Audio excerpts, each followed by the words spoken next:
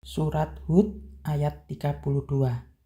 A'udzu billahi minasyaitonir rajim. Bismillahirrahmanirrahim. Qalu ya Nuhu qad jadaltana fa'aktsarta jidalana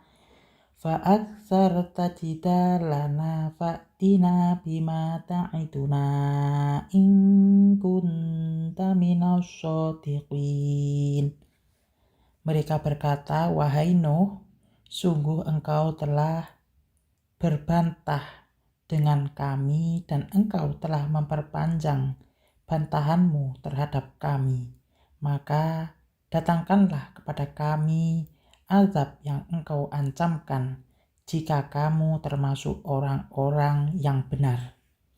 Ayat ini menerangkan tentang kaum Nabi Nuh alaihissalam yang menolak kebenaran Nabi Nuh sebagai utusan Allah untuk memberi petunjuk bagi mereka kepada jalan yang benar demi keselamatan dan kebahagiaan mereka di dunia dan di akhirat.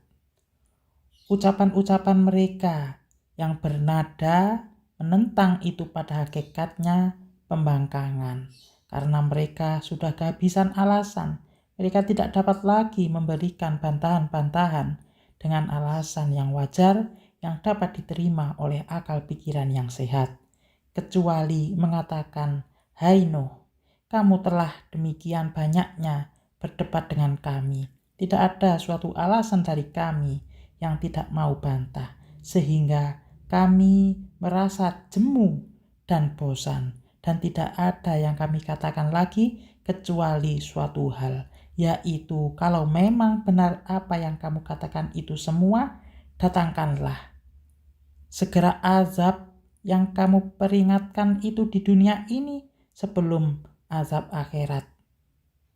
Tantangan ini adalah sebagai jawaban mereka terhadap perkataan Nuh alaihissalam kepada mereka seperti yang telah diterangkan pada permulaan kisah ini, yaitu laqad arsalna nuhan ila qaumihi inni lakum nadhirum mubin. Alla ta'budu illallah inni akhafu alaikum adzaba yaumin alim. Dan sungguh kami telah mengutus Nuh kepada kaumnya. Dia berkata, sungguh aku ini adalah pemberi peringatan yang nyata bagi kamu agar kamu tidak menyembah selain Allah. Aku benar-benar khawatir kamu akan ditimpa azab pada hari yang sangat pedih. Surat Hud ayat 25 sampai 26. Qala innama ya'tikum bihillahu insya'a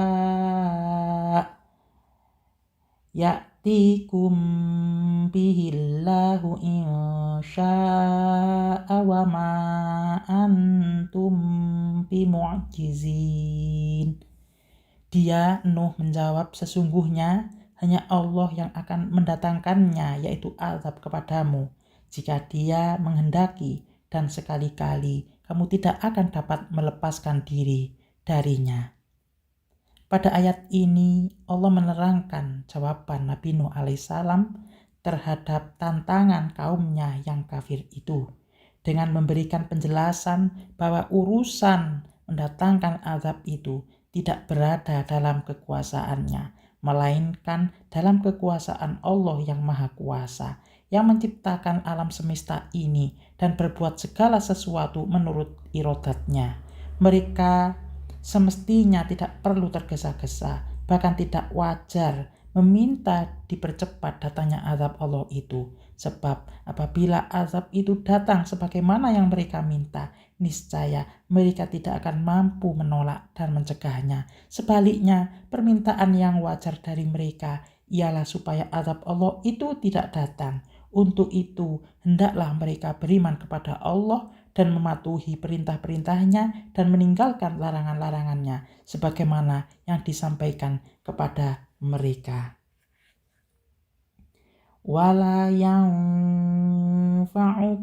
nushi in aradtu an ansaha lakum in kanallah an ansaha lakum in kanallahu yuridu ayyuwiyakum huwa rabbukum wa ilaihi turja'un. Nasihatku tidak akan bermanfaat bagimu, sekalipun aku ingin menasihatimu. Sekiranya Allah hendak menyesatkan kamu, Dia adalah Tuhanmu, dan hanya kepadanya lah kamu dikembalikan. Pada ayat ini, Allah menerangkan lanjutan jawaban dan penjelasan Nabi Nuh alaihissalam kepada kaumnya yang membangkang itu, bahwa apapun yang disampaikan kepada mereka yang berupa nasihat dalam rangka mengajak kepada jalan yang benar dan memperingatkan mereka supaya terhindar dari azab Allah di dunia dan di akhirat, tidak akan ada manfaatnya. Jika mereka masih tetap disesatkan oleh bujukan hawa nafsu mereka, itulah yang menjadi sebab kebinasaan mereka di dunia dan azab yang abadi di akhirat. Selanjutnya, Nabi Nuh alaihissalam menjelaskan kepada mereka bahwa sesungguhnya Allah adalah Tuhan mereka yang memiliki dan mengatur dunia ini, sehingga segala sesuatu terjadi menurut ketentuan, ukuran, dan kehendaknya. Semuanya akan kembali kepadanya di akhirat untuk menerima balasan amalnya dengan balasan yang baik atau buruk sesuai dengan amal perbuatannya di dunia. Am yaqulu naftaroh qul iniftaroituhu fa'alayya ijrami wa ana bari'um mimma tujrimun.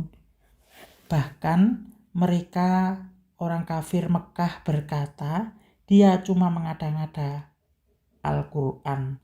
Katakanlah Nabi Muhammad, jika aku mengada-ngadakannya, akulah yang akan memikul dosanya dan aku berlepas diri dari dosa kamu perbuat.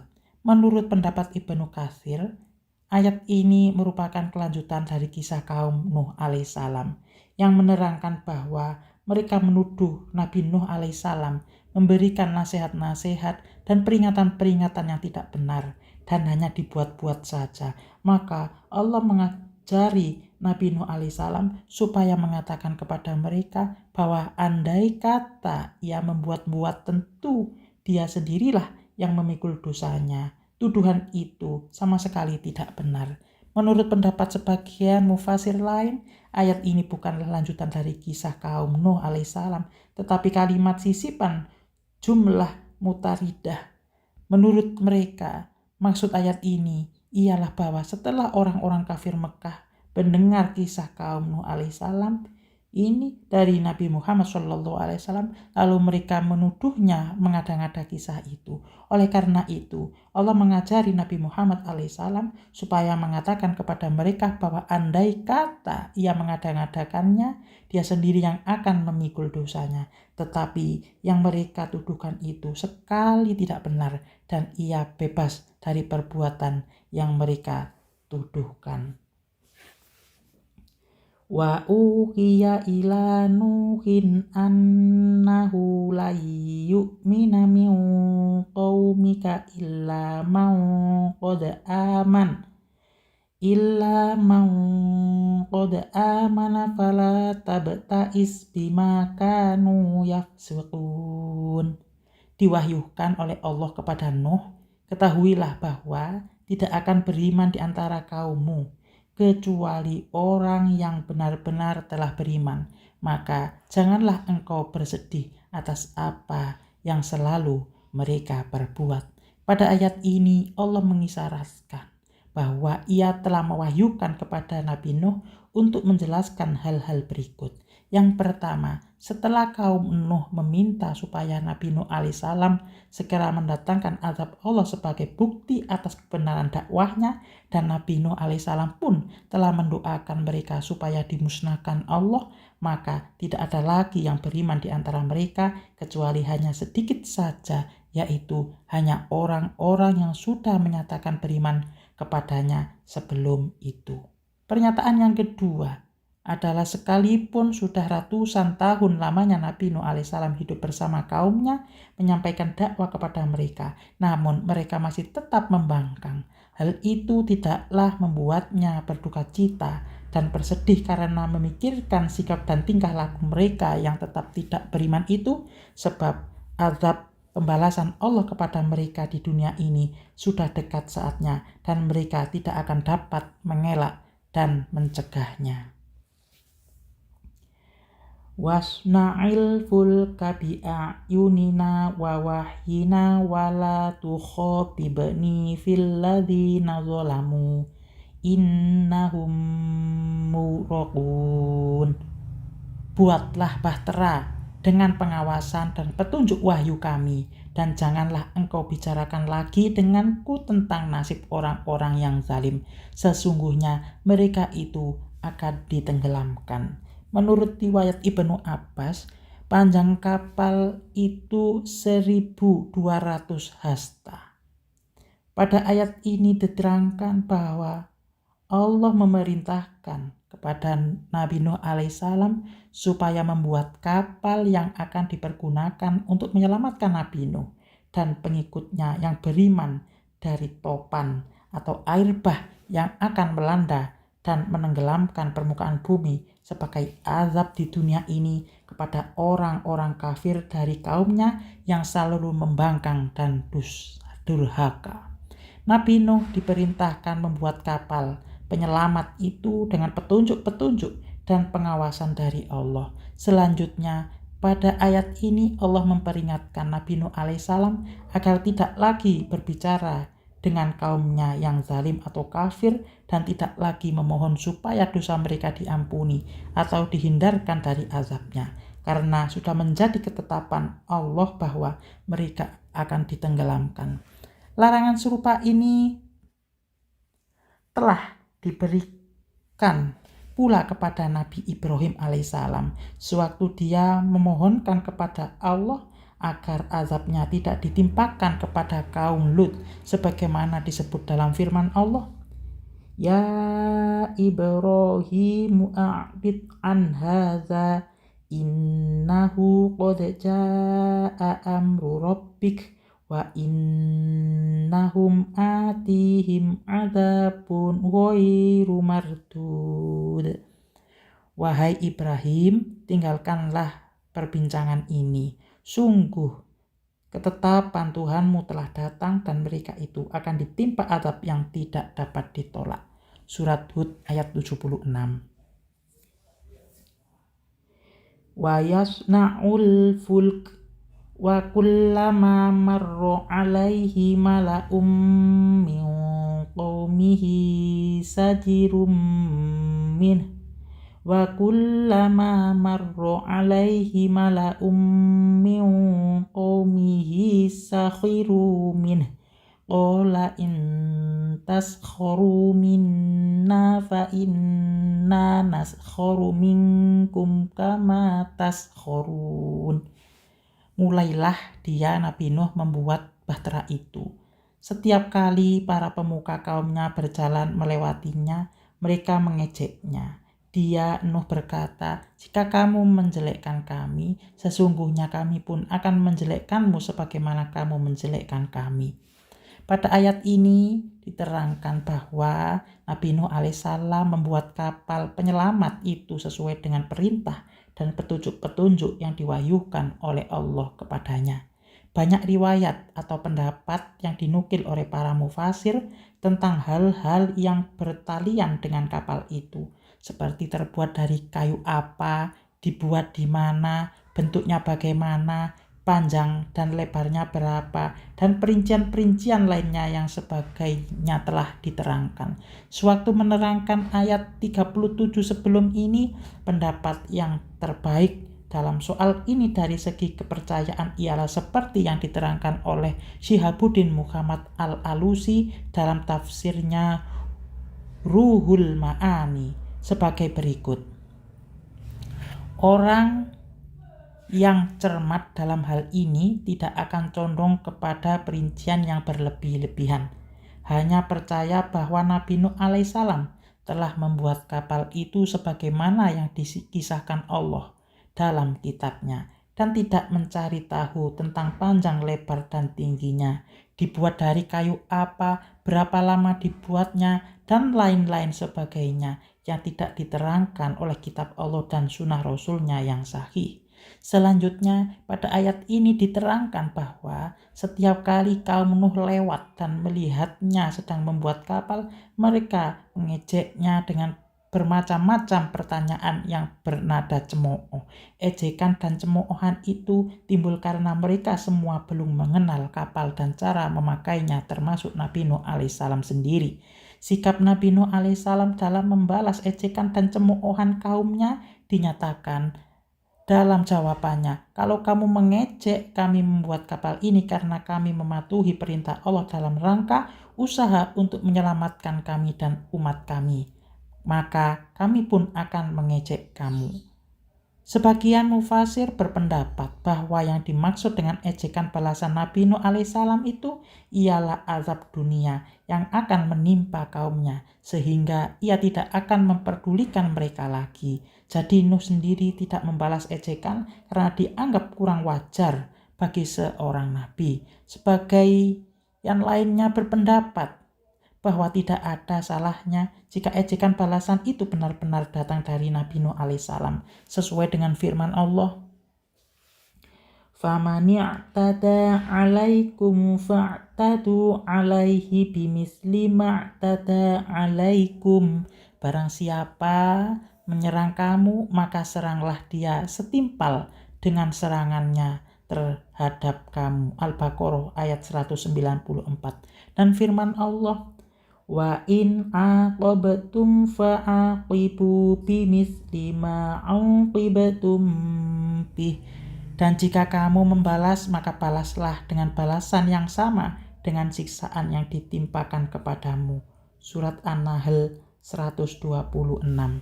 Dan firman Allah, "Wa jazaa'u sayyi'atin sayyi'atum misluha." Dan balasan suatu kejahatan adalah kejahatan yang setimpal. Surat Asy-Syu'ara ayat 40. Al-Alusi berpendapat bahwa kedua ejekan itu, ejekan kaum Nuh dan ejekan Nabi Nuh alaihissalam, sebagai balasan memang terjadi. Fasaufa ta'lamuna may ya'tihi 'adzabun yukhzihi wa yakhillu 'alaihi 'adzabun muqim. Maka kelak kamu mengetahui siapa di antara kita yang akan ditimpa azab yang menghinakan dan siapa pula yang akan ditimpa azab yang kekal. Pada ayat ini diterangkan lanjutan perkataan Nabi Nuh alaihissalam kepada kaumnya yang mengejek dengan mengatakan apabila mereka belum tahu apa gunanya kapal yang sedang dibuatnya itu, maka pasti mereka akan mengetahuinya kelak setelah kapal itu selesai dibuat dan mereka ditenggelamkan.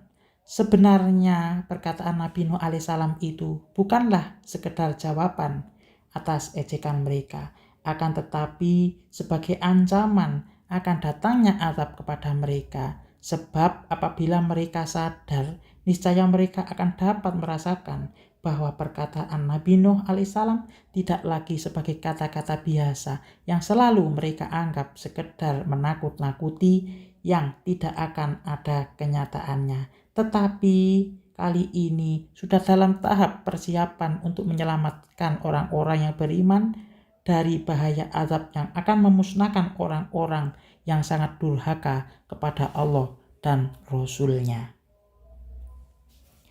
Hatta idza jaa amruna wa farotan nur qul nahmil fiha min kulli zawjaini itsnaini wa ahlaha qul nahmil fiha min kulli zawjaini itsnaini wa ahlaka illa ma sabaqa alaihil qaul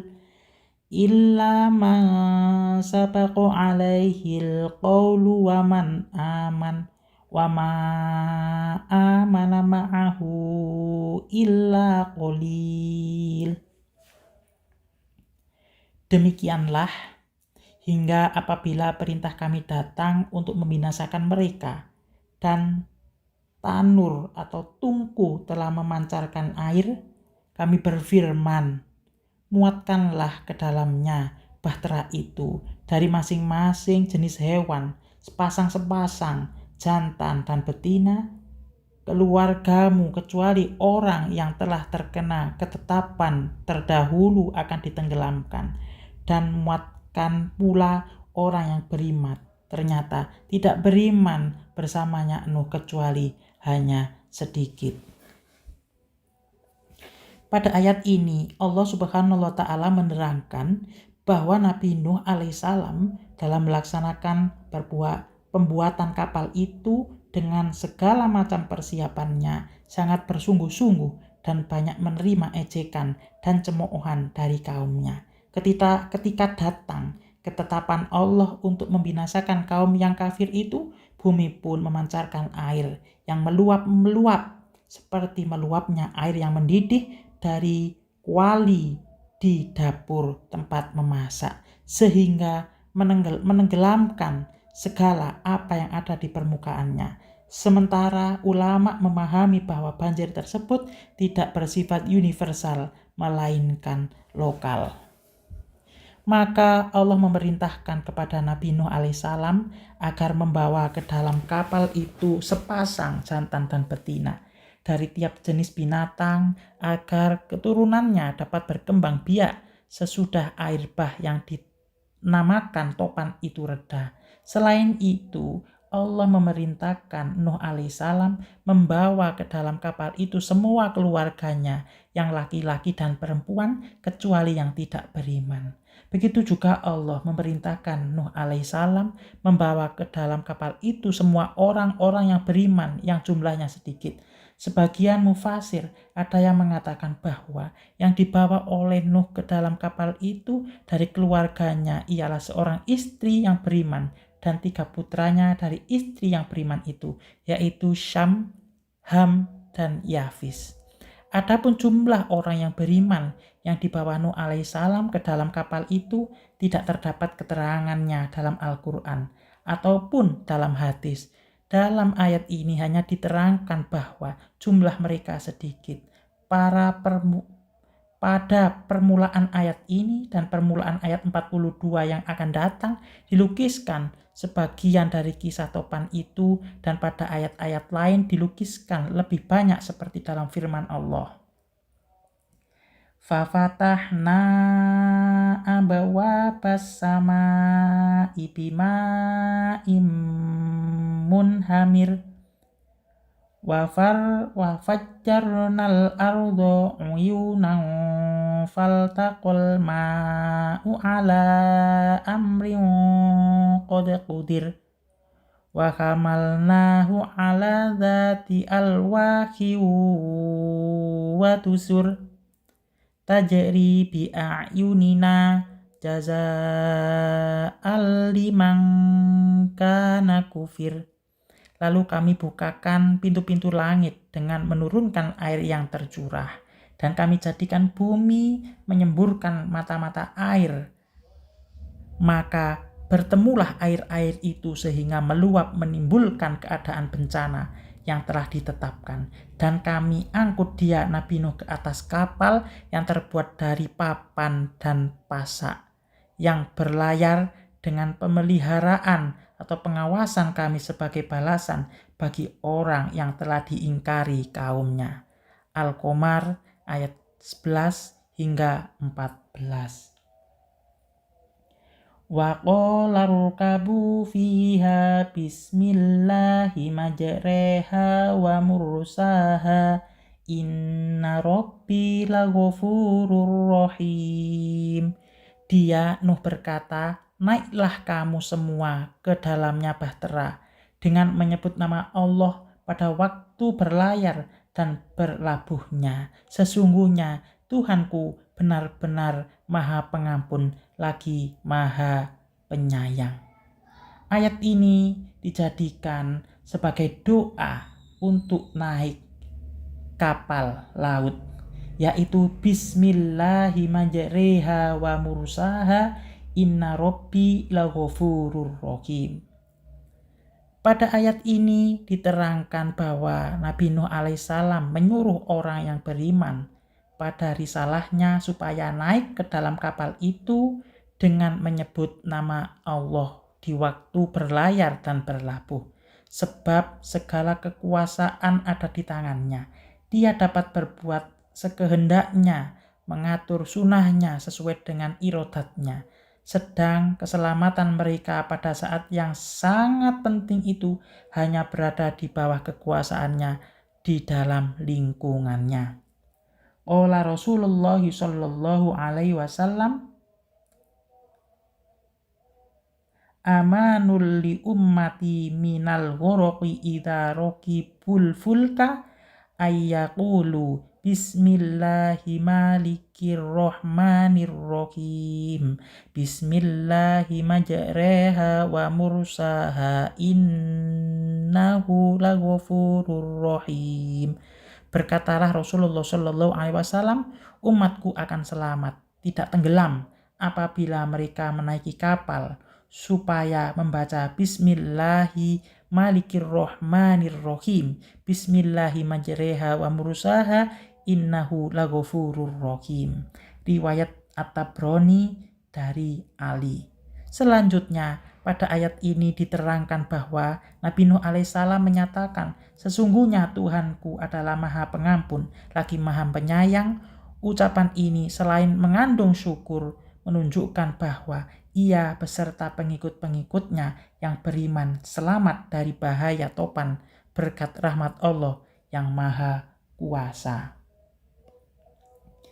Wahiya tajri bihim fi maujin kal jibal wa natanu ibnahu wa kana fi ma'zili ya bunayya rukam ma'ana fi ma'zili ya bunayya rukam ma'ana wa la takum ma'al kafirin.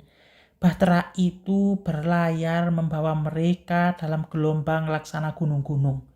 Nabi Nuh memanggil anaknya, sedangkan dia anak itu berada di tempat yang jauh terpencil. Wahai anakku, naiklah ke bahtera bersama kami dan janganlah engkau bersama orang-orang kafir. Ayat ini menerangkan bahwa kapal itu berlayar membawa Nabi Nuh alaihissalam beserta para pengikutnya yang beriman, mengarungi lautan yang amat luas dan melalui golongan-golongan atau gelombang-gelombang ombak yang dahsyat, bergulung-gulung, menjulang tinggi laksana gunung. Setelah Nabi Nuh dan para pengikutnya masuk ke dalam kapal, dia melihat anaknya yang bernama Kan'an pergi ke arah gunung, menjauhi dirinya.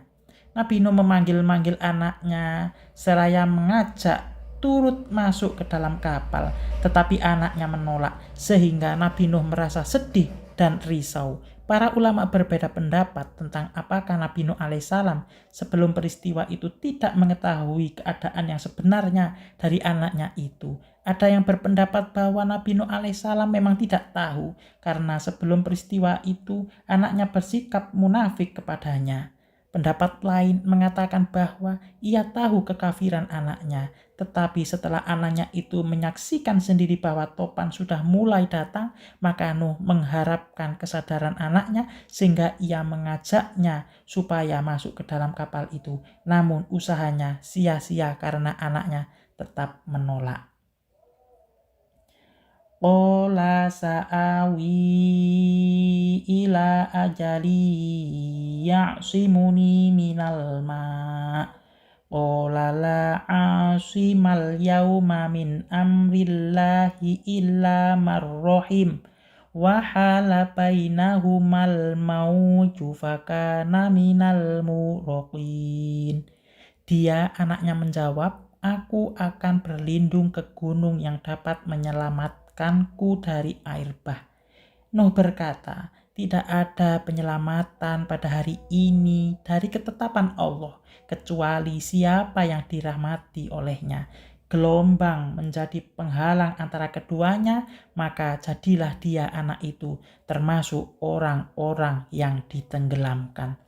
Pada ayat ini Allah menyebutkan jawaban Kan'an terhadap seruan dan ajakan ayahnya Nuh alaihissalam supaya masuk ke dalam kapal. Ia menolak, tidak mau turut masuk dengan alasan bahwa ia bisa berlindung ke atas gunung untuk memelihara dirinya dari bahaya air bah atau topan yang mengancam itu. Mendengar itu, Nabi Nuh alaihissalam menjelaskan kepada anaknya yang membangkang bahwa pada hari itu tidak ada yang bisa melindungi dirinya dari topan itu selain Allah, dan tidak ada yang selamat kecuali orang-orang yang dikasihinya, yaitu orang-orang yang masuk ke dalam kapal itu. Demikianlah iradah Tuhan sudah menetapkan segala sesuatu berjalan menurut proses yang telah digariskannya.